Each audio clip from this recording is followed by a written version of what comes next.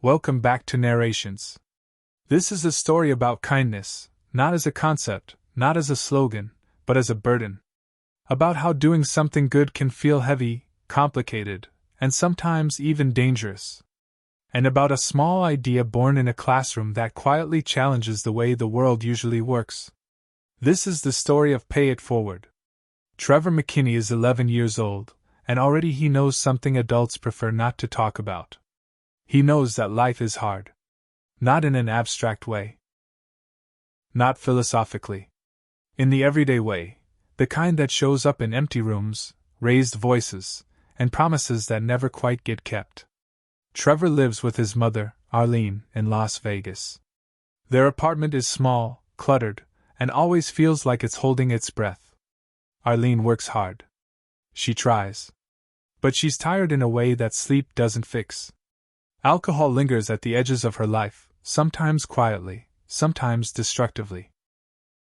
Trevor has learned to read her moods the way some children learn to read weather, carefully, alert for storms. Trevor's father, Jerry, exists mostly as a memory and a disappointment. When he does appear, he brings chaos with him. Apologies that sound practiced. Hope that never lasts. Trevor wants to believe in him anyway.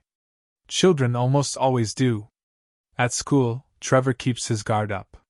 He's intelligent, observant, and far more serious than most kids his age. He notices things others overlook. Cruelty passed off as jokes, loneliness hidden behind noise, adults who have stopped believing change is possible. Then one day, a new teacher walks into his classroom. Eugene Simonet is different. Scarred physically and emotionally, he doesn't hide behind authority or routine. On the first day, instead of rules, he gives his students an assignment. Think of an idea to change the world, and put it into action. Not write about it. Not imagine it. Do it. Most of the class laughs it off. Some roll their eyes. The world, after all, is far too big for a homework assignment. But Trevor doesn't laugh. He goes home and thinks. And thinks. And thinks. He understands something instinctively that many adults have forgotten, that the world doesn't change through speeches. It changes through people. One person at a time. One action at a time. That's when the idea forms. Simple. Almost childish. Pay it forward. Do something good for 3 people, something they can't repay. And instead of paying you back, they do something good for 3 more people. And so on. A chain of kindness that keeps growing, expanding quietly, invisibly. Trevor doesn't frame it as charity. Or heroism. He frames it as responsibility. He writes the idea down carefully, seriously, as if he already knows it matters. And then, without waiting for permission, he begins. The first person Trevor helps is a homeless man named Jerry. Trevor brings him home, feeds him, gives him a place to sleep. It's risky. Dangerous. Arlene panics when she discovers a stranger in her house. But Trevor isn't reckless. He's intentional. He believes that helping someone means trusting them, even when it feels uncomfortable.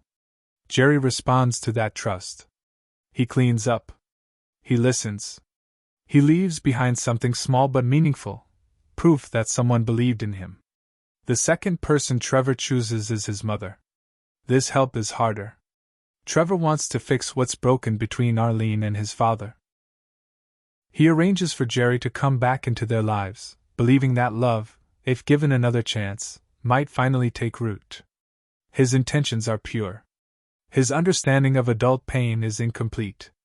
The result is devastating. Old wounds reopen. Addiction resurfaces. Hope collapses under its own weight. Trevor watches, confused and heartbroken, as his good intention causes more damage than healing. For the first time, doubt creeps in. What if kindness isn't enough? What if doing good doesn't guarantee good outcomes? Still, Trevor doesn't abandon the idea. The third person he chooses is a classmate, a boy bullied relentlessly, pushed to the margins, invisible to teachers and students alike. Trevor stands up for him publicly, drawing attention to cruelty most people pretend not to see. It costs him. Bullies don't like being exposed. Courage, especially when it's quiet and sincere, often attracts punishment. Trevor absorbs it anyway. Meanwhile, Eugene watches all of this from a distance. He sees Trevor's intelligence, his seriousness, his emotional weight. He begins to understand that Trevor isn't just doing an assignment. He's trying to survive.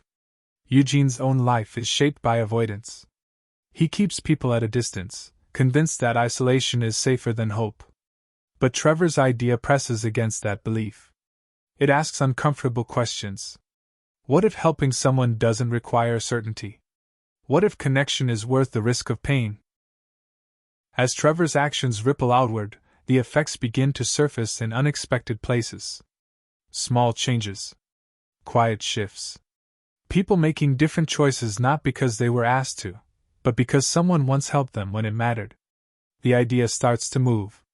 And Trevor, watching carefully, begins to believe that even if kindness doesn't fix everything, it might still be worth doing. Trevor doesn't realize how far the idea has traveled. He only knows what he can see. The mess in his apartment, the tension in his mother's voice, the way his father keeps failing to become the man Trevor hopes he could be. From where Trevor stands, the experiment feels fragile. Incomplete. Sometimes it feels like it's already broken. At school, the assignment moves on. Other students present ideas that stay safely theoretical. Eugene listens, evaluates, teaches.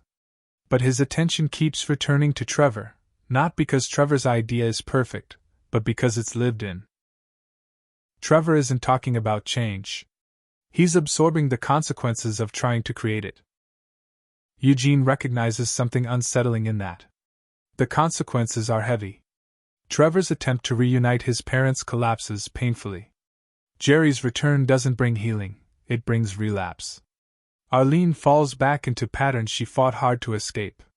Trevor watches the hope he tried to build crumble in real time, and for the first time, he questions himself. He sits alone in his room, staring at the list he made, the people he chose, the help he offered, and wonders if he misunderstood the assignment entirely. Adults always talk about doing good as if it's simple. But nothing about this feels simple. Helping his mother hurts. Helping his father hurts. Even helping strangers costs something real. For a moment, Trevor considers stopping. But stopping feels worse. Because stopping would mean accepting that cruelty and indifference are easier than care, and Trevor refuses to believe that's the truth, even when evidence seems to suggest otherwise. Eugene begins to change too. He's lived most of his life believing that isolation is protection. That staying distant prevents disappointment.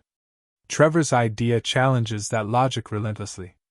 It insists that connection, even when it fails, still matters. Slowly, reluctantly, Eugene allows himself to care, about Trevor, about Arlene, about the idea that people might still surprise him if he lets them. Arlene notices the shift. She sees Eugene's awkward attempts at kindness, his stiffness around emotion, his fear of being seen. And in him, she recognizes herself.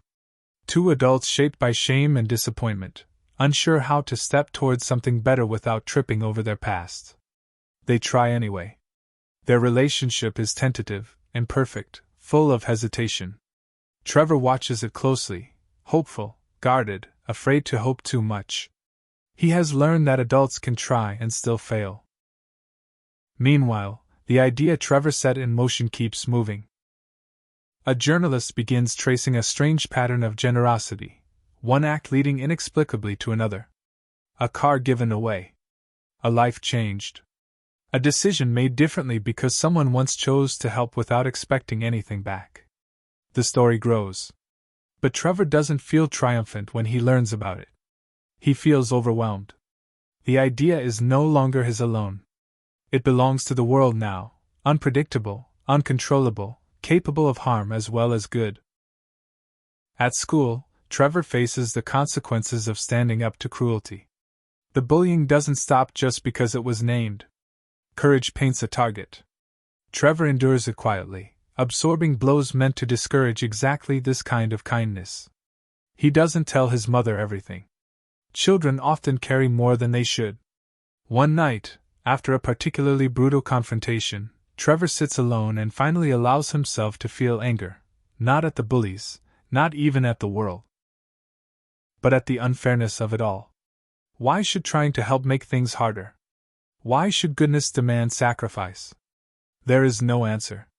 Only choice. And Trevor chooses, again, to keep going. The night everything changes arrives without warning. A confrontation escalates. Words turn sharp. Emotions flare. Trevor steps forward instinctively, the same instinct that led him to bring a stranger home, to stand up in class, to believe people could do better if someone showed them how. This time, the cost is unbearable. Trevor is injured trying to stop violence that never should have existed in the first place. The world he tried to soften proves how hard it can be. In the aftermath, grief spreads outward, touching everyone Trevor ever helped, ever believed in, ever trusted. Arlene collapses under the weight of loss no parent should carry. Eugene is shattered by the realization that he opened himself too late. And yet, even in devastation, the idea survives. People gather. Candles appear. Strangers show up not because they were asked to, but because they were moved by something they can't quite explain. Acts of kindness ripple outward, not erasing tragedy, but refusing to let it be meaningless. The chain continues. Trevor's idea doesn't save him, but it changes the world he leaves behind. And in that truth lies the story's quiet, devastating power.